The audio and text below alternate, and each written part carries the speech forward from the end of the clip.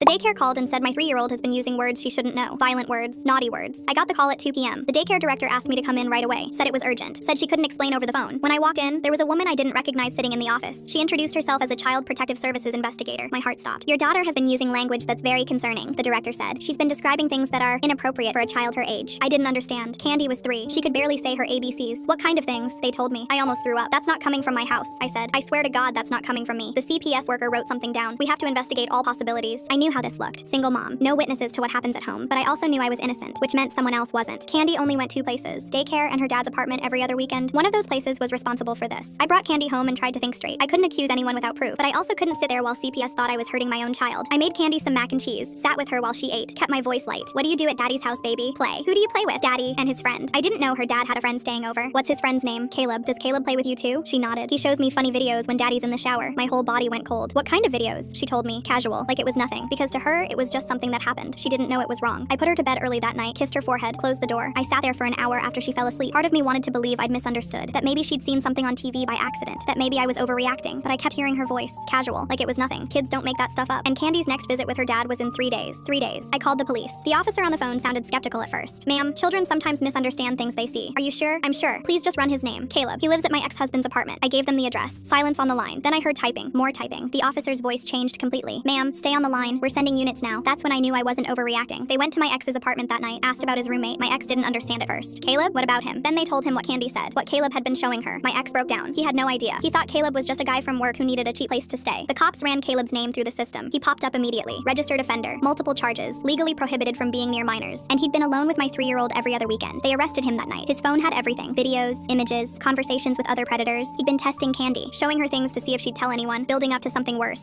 CPS dropped their case against me the next day. Said I handled it exactly right. My ex lost custody temporarily. He didn't fight it, just kept apologizing, saying he should have checked, should have known. I told him we'd figure it out later. Right now, all I cared about was Candy, getting her help, making sure she was okay. Caleb got 14 years. Candy's okay now. Talks about Bluey and her stuffed bunny and normal 3-year-old stuff. She forgot about him. I never will.